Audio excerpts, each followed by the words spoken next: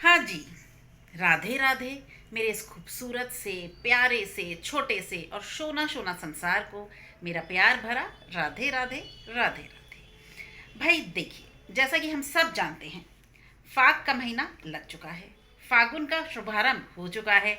अब भाई फाग की मस्ती के तो कहने ही क्या, फाग का जो रंग पूरे महीने हम सब पर चढ़ा रहता है उसके तो कहने ही क्या। खैर, आज मैं बात करने जा रही हूँ आप लोगों के साथ बाबा भोलेनाथ के महा महा महापर्व के बारे में। जी हाँ, महाशिवरात्रि। बाबा भोलेनाथ के विवाह की वो तारीख, वो शुभ घड़ी, महाशिवरात्रि, जो हम मनाएंगे 15 फरवरी को। तो देखिए, आज कुछ नई चर्चा उठाने से पहले आज हम बात करेंगे किसी बाबा भोलेनाथ और माँ गौरा के किसी रोचक किस्से की, किसी रोचक कहानी के बारे में जिक्र करेंगे।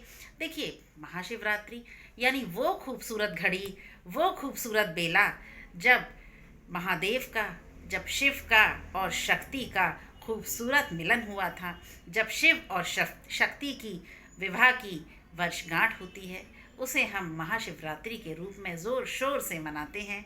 वो घड़ी, वो खूबसूरत बेला 15 फरवरी को आ रही है, लगभग आ ही पहुंची है। तो चलिए जी, बिना समय गवाए आज पूरे हर्षोल्लास के साथ करते हैं आज की वीडियो की शुरुआत।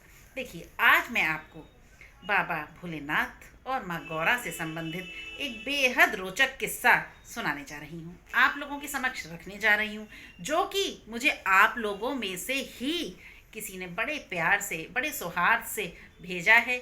इस आशा के साथ मैं उसे आप लोगों के समक्ष रखूं। तो चलिए जी, करते हैं शुरू। पकड़िए मेरा हाथ और चलिए मेरे साथ बाबा भोलेनाथ के सानिध्य में, माँ गौरा के सानिध्य में शुरू करते हैं कहानी का शुभारंभ। देखिए, ये जो किस्सा है मैं आपको बताऊं। एक बार, जैसा कि हम सब जानते हैं, माँ गौरा शंभू को पाने के लिए, बाबा भोलेनाथ को पाने के लिए दिन रात कठोर तप किया करती थी। वर्षों उन्होंने कठोर साधना की थी, कठोर तपस्या की थी, तब कहीं जाकर उन्हें शिव प्राप्त हुए थे, उन्हें बाबा भोलेनाथ का उनसे मिलन हुआ था। जी हाँ, माँ गौरा जैसा कि घनघोर कठोर तपस्या किया करती थी बाबा भोलेनाथ को पाने के लिए, इच्छित वरदान के लिए। देखिए, अब उन्हें इच्छित वरदान तो बाबा से प्राप्त हो गया था, महादेव से प्राप्त हो गया था। अब एक दिन वो हमेशा की तरह अपनी तपस्या में लीन थी। अब वो तपस्या कर रही थी एक खूबसूरत सरोवर के किनारे, एक वृक्ष के नीचे। अब महादेव को क्या सूझा, श्री शंभू को क्या सूझा, उन्होंने कहा, उन्होंने सोचा मन ही मन, क्यों ना माँ गौरा की आज परीक्षा ली जाए, उनके त्याग की, समर्पण की, प्रेम की, दुलार की, उनके सानिध्य की परीक्षा ली जाए। अब अचानक से जहाँ पर माँ गौरा अपना तप कर रही थी, अपनी साधना कर रही थी, अपनी कठोर तपस्या कर रही थी, वहीं पर उस सरोवर में एक बच्चा कुछ देर पश्चात स्नान करने के लिए पहुंचता है। वो बच्चा सरोवर के किनारे जल क्रीड़ा करने लगा। तभी अचानक से वो बच्चा ज़ोर ज़ोर से चीखने चिल्लाने लगा। हुआ क्या, उस सरोवर में से एक विशाल काय, बेहद खतरनाक मगरमच्छ बाहर आया। अब मगरमच्छ ने बाहर आते ही लड़के का पैर पकड़ लिया। अब वो बालक, सुनसान जंगल, कोई आसपास नहीं था, फिर भी डर के मारे, जब मृत्यु सामने दिख रही थी, डर के मारे वो बालक बचाओ बचाओ चीखने चिल्लाने लगा। तभी हुआ क्या, माँ गौरा का ध्यान भंग हुआ, उनकी तपस्या भंग हुई। उन्होंने आंखें खोली, नेत्र खोलकर उन्होंने इधर उधर देखा। देखा तो एक छोटा बालक जो मदद के लिए, जो हेल्प के लिए पुकार रहा था, मदद की गुहार लगा रहा था, लेकिन वहाँ तो देखिए कोई था ही नहीं। तत्पश्चात बिना क्षण गवाए माँ गौरा, माँ उसके पास पहुँची और जैसे तैसे एक डंडा उठाया, आसपास पड़ा, उस मगरमच्छ को डराने के, धमकाने के लिए, उसे भयभीत करने के लिए। लेकिन भाई मगरमच्छ तो मगरमच्छ था, इतना विशाल का है, अब करें तो क्या। तत्पश्चात एक औरत, देखिए एक औरत, उसका हृदय अलग ही होता है, उसके अंदर हर वक्त एक माँ का हृदय धड़कता है। वो आगे आ गई उस बालक की रक्षा के लिए। तब जैसे तैसे भी मगरमच्छ ने उसको नहीं छोड़ा बालक को।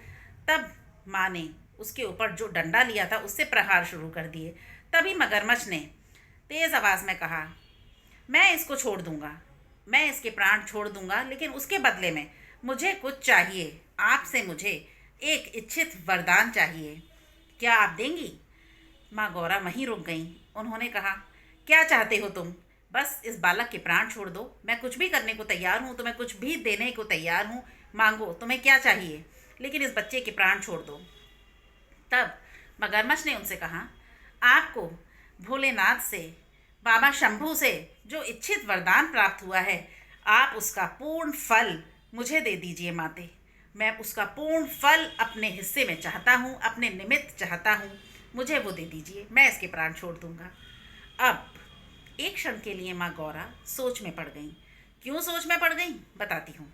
देखिए, वो जिस इच्छित वरदान के फल की बात कर रहा था वो मगरमच्छ, जानते हैं, वो इच्छित वरदान माँ गौरा को पूरे 108 वर्षों की कठोर तपस्या, बेहद कठोर साधना के बाद बाबा भोलेनाथ से प्राप्त हुआ था।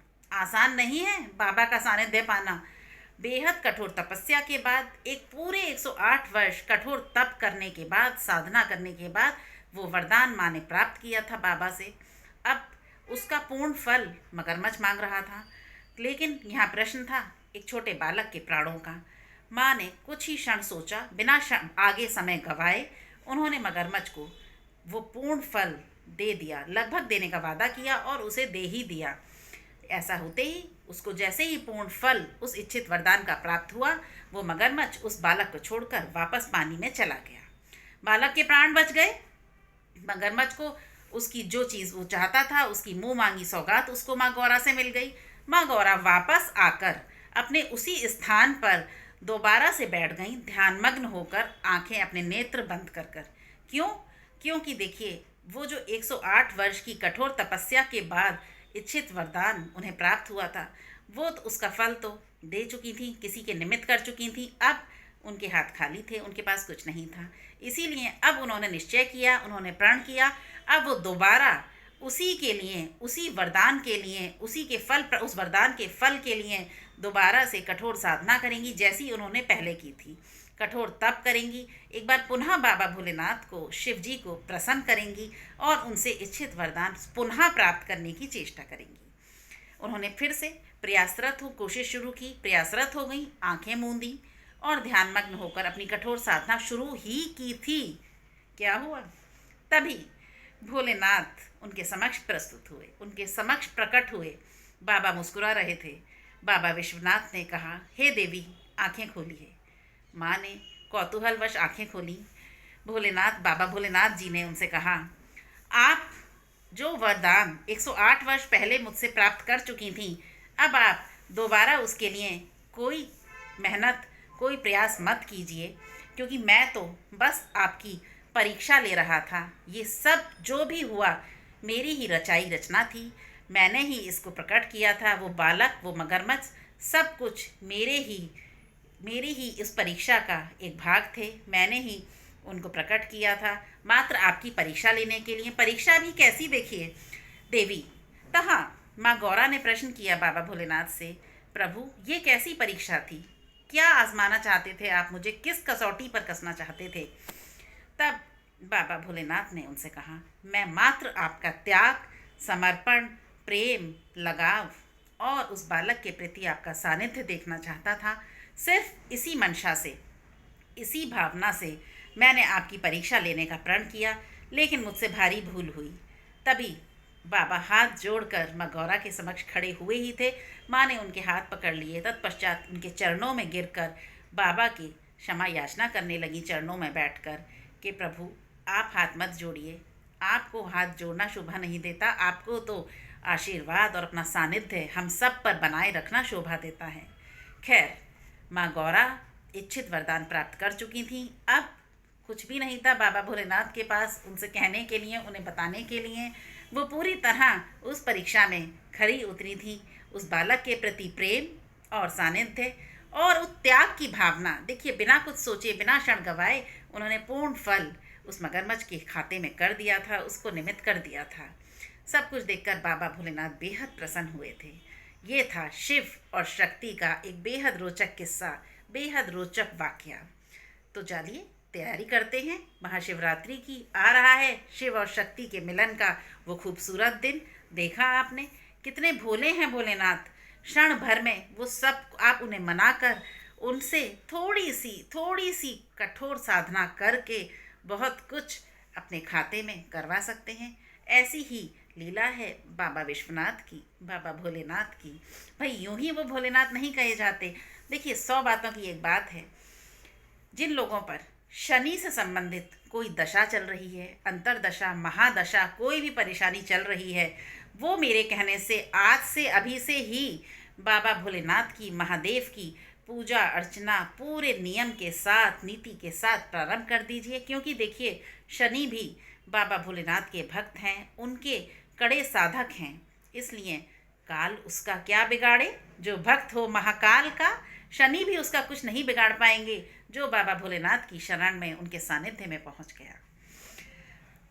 तो चलिए जी, अब बताइएगा कैसा लगा माँ शक्ति और शिव जी का ये खूबसूरत किस्सा, ये खूबसूरत परीक्षा। पसंद आई हो तो दोनों हाथों से अपनी इस दोस्त को भर भर कर प्यार दीजिएगा।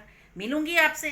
देखिए जब तक शिवरात्रि का वो खूबसूरत दिन आ रहा है तब तक हम रोज़ चर्चा करेंगे महादेव के बारे में, शिव जी के और शक्ति के रोचक किस्सों के बारे में करेंगे संक्षेप में खुलकर चर्चा। तो चलिए अब मुझे दीजिए इजाज़त।